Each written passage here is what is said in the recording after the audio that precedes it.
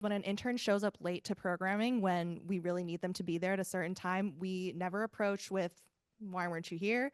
It was always a, are you doing okay? And a lot of times what we found is that so many young people just don't know what to do. Like when they're going through something and when their friends maybe are like struggling with substance misuse or unhealthy coping mechanism, like they just don't know what to do. This is what stress is to me, and this is how I can name it. And by doing so, this is how I can start to untangle that. We really try to create a safe environment for youth be able to talk about these issues. Sometimes what the students need is just space.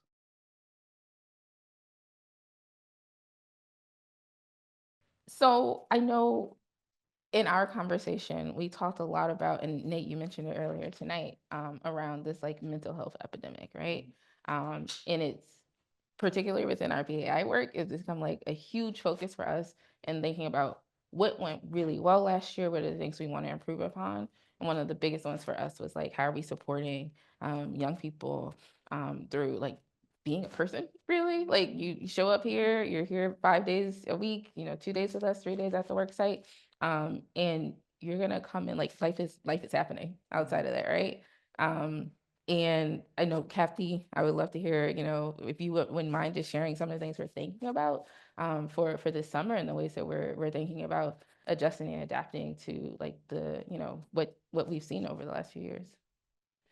It's a hugely important question.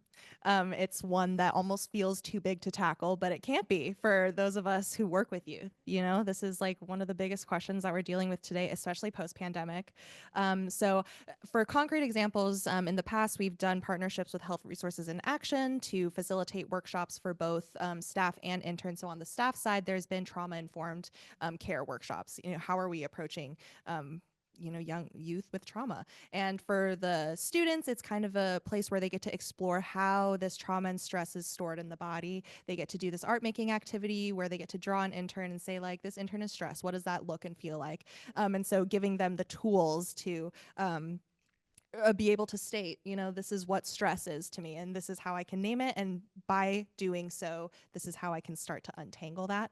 So we've done these partnership works in the past. Last year, we partnered with Boston Public School social workers to kind of be in communication about where the interns are at, because it's a challenge every year. Interns are complex, teens are complex, and completely valid given the world that we're living in, and a lot of the situations that they might face on the day-to-day. But it really takes a lot of consistent communication through these partnerships in order to support these interns. Of course, it takes listening, and it takes flexibility, definitely, because when an intern shows up late to programming when we really need them to be there at a certain time, we never approach with, why weren't you here?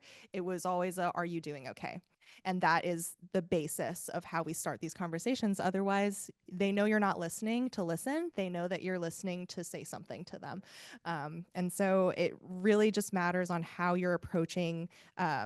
If you're really approaching to learn about this intern and you're really coming from a place of support, they will hear it and they will feel it. And one of my favorite parts of this program is getting to see the interns that, are having struggles with attendance. They are having problems kind of focusing. One of the greatest joys is seeing them develop into these interns that you can tell they want to be with us. And that is just, it's what a gift. I'd love to open it up to other folks. Yeah, I know, Kelly, when we had our discussion earlier, you were talking some about like wraparound services and the ways that you're approaching this. And I'd love to hear a little more about that. Um, as Cassie says, this is such a big, important topic now for us as youth center. I feel like there are two major approach. Like one is like we really directly addressing those topics in our program with the youth. So like, what is self-care? How you cope with stress, support peers, what's the definition of addiction? Like, so we really try to create a safe environment for youth be able to talk about these issues. Yeah, because I feel in Asian culture, especially, it's like it's a stigma. Students don't want to talk to the counselor at school. When they talk to the parents, parents just ignore a lot of this kind of issue. They don't feel this is an issue. So because we be taught to be tough, strong, resilient, so this cannot be like a issue be ignored. So this is really a good like a space for youth be able to discuss that and get very like professional advice from our staff. At the same time, as Cassie said, we also get a lot of like trauma-informed care training, and you staff all get the mental health first aid training, which help us be able to recognize and handle and also like have a conversation with youth about these issues.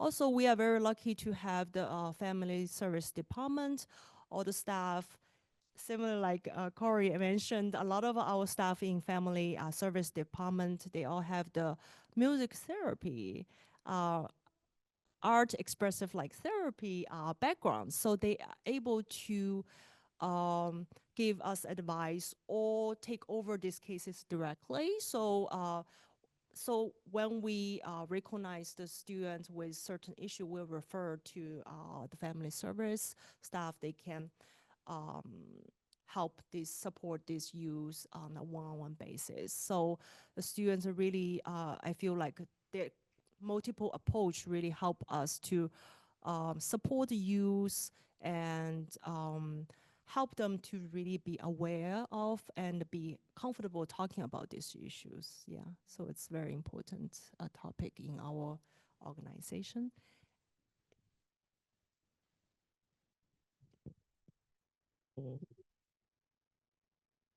For me, I think like it's so important that we have space. Like you were saying, Kelly, giving space for young people to feel comfortable, not only to be able to talk about their mental health and the things that they're dealing with, or things that maybe are weighing on them, but also then like being able to point them in the right direction of like resources within their communities.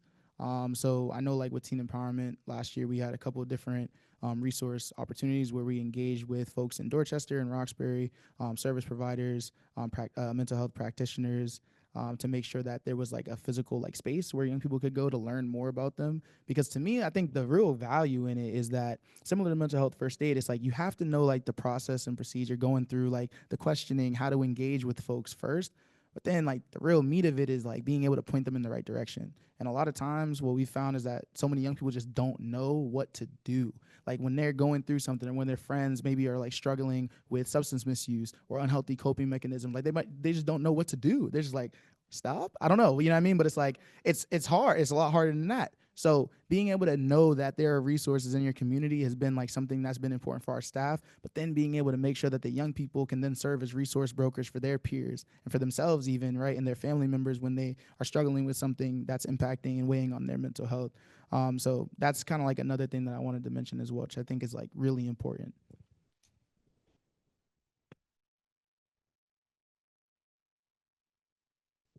Hello? So we at Sankofa Songs are deliberately, well, we're first things first, we're quite young. We're only a couple of years old, and we're deliberately small. Um, so we don't see some of the type concerns that you see because your organizations are deliberately looking to work with a large swath. You're definitely going to encounter um, something's going to bubble up. Where we're very deliberately small and truly community in the sense of family, um, sometimes what the students need is just space. They just need to know there's a grown up there and just some space to just be quiet.